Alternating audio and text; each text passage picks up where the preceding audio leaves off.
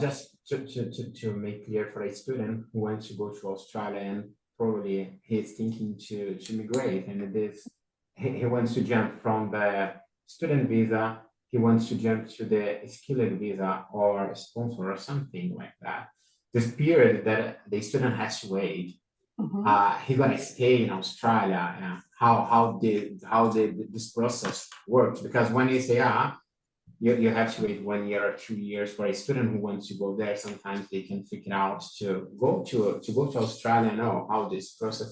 Because I just want to make it clear to everyone, if they want to go to Australia and start from the beginning, like from the students and finish it, they can stay in Australia or something. Yeah, it's a very, very good question.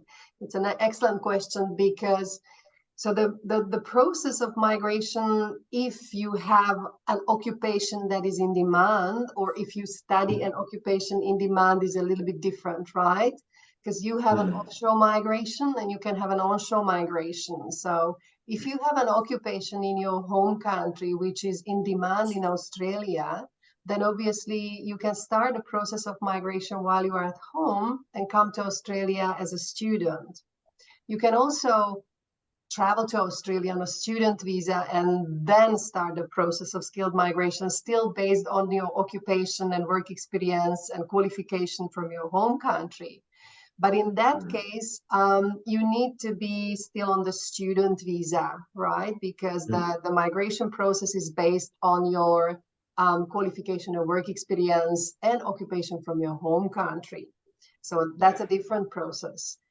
In case the student comes to Australia to study an occupation, so he starts basically from scratch, from zero, he is able to get the visas, one visa after another, and he would start with a student visa. So he would study an occupation in demand, for example, an engineer, IT professional, chefs. And then there is a special visa for those students who study an occupation in demand in Australia. This visa is called the graduate temporary visa.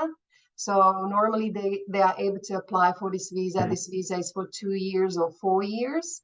And during that period of time, they are able to get enough work experience so that they can apply for one of the permanent residency visas. So the process is a little bit different when you are applying from offshore with your skilled background, or when you are gaining skilled experience and qualification in Australia.